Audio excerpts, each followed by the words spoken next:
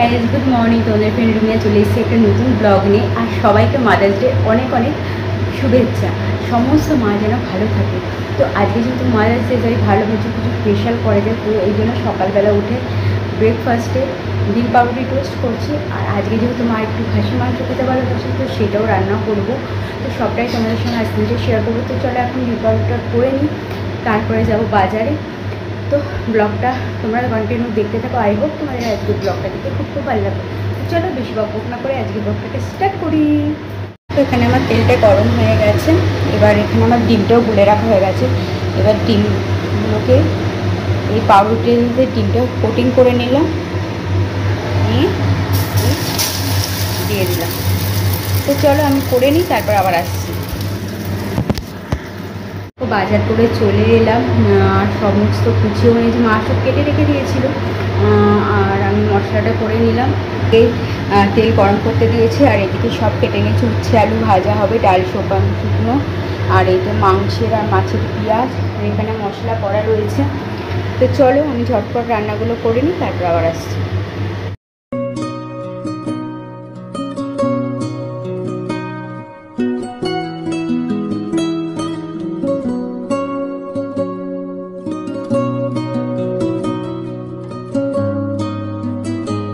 তারপরে মিশো থেকে চলে এসেছিলো আমার একটা পার্সেল, তো একটা জিন্সের প্যান্ট।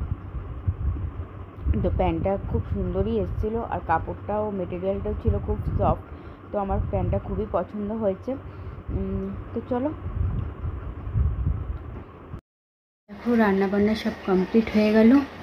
একবারে চান করে এলাম, সকালবেলা করেছিলাম, করে ঠাকুরের পুজো দিয়েছিলাম। আর এখন আবার চান করলাম, চান করে মাথা ধুলাম। এবার জাস্ট আবার গোপালকে খেতে দেবো, তারপরে লাঞ্চ করব। এখন 1:15 বেজে গেছে, এবার গোপালকে খেতে দিয়ে নিই, তারপর আমরা লাঞ্চ করে নিই। তারপর বিকালবেলা একটু বেরোনোর আছে, গঙ্গা জল আনতে যাবো। আর যেহেতু আজকে মাদার্স ডে, তো মার জন্য কিছু কেনার আছে, তো সেটাও কিনবো। তো চলো এখন আর বেশি বকবক করছি না, গোপালকে খেতে দিয়ে নিই, তারপর আবার আসছি।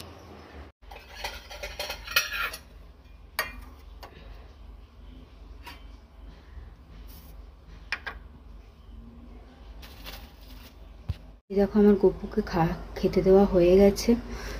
তো চলো ও একটু খেয়ে নিই, তারপর আবার আসছি। তো তারপরে চলে গেছিলাম গঙ্গার ঘাটে ঠাকুরের জন্য গঙ্গার জল নিয়ে আসতে। আর অনেক দিন হয়ে গেছিলো তোমাদের দাদাভাইয়ের সঙ্গে টাইম কাটানো হয়, তো ভাবলাম যে না এখানে একটু বসে থাকি। আর কী বলো তো, এই গঙ্গার পাড়ে বসতে না খুব ভালো লাগে, মনে হয় মনটা শান্তি হয়ে এলো।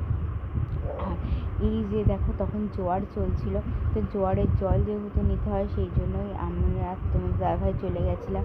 আর বসে বসে খানিকটু গল্প করলাম, ছবি তুললাম, তারপরে আস্তে আস্তে বাড়ি চলে এসেছিলাম। তার মাঝখানে কিছু কেনাকাটিও করে গেছিলাম, বাইরে গেছিলাম, তুমি বলেইছিলাম। তো একটু গঙ্গার পাড়েও গেছিলাম, জল আনলাম, মায়ের জন্য নিলাম, শাশুড়ি মায়ের জন্য নিলাম, অনেক অনেক শাশুড়ি মায়ের জন্য দুটো নাইটি নিলাম, মায়ের জন্য একটা কুর্তি নিলাম। এটাই হচ্ছে মাদার্স ডে তোদের দিলাম। আর তোমাদের সঙ্গে শেয়ার করছি না কী কিনলাম, কারণ শাশুড়ি মায়েরটা অলরেডি প্যাক করে রেখেছি, মায়েরটা রয়েছে।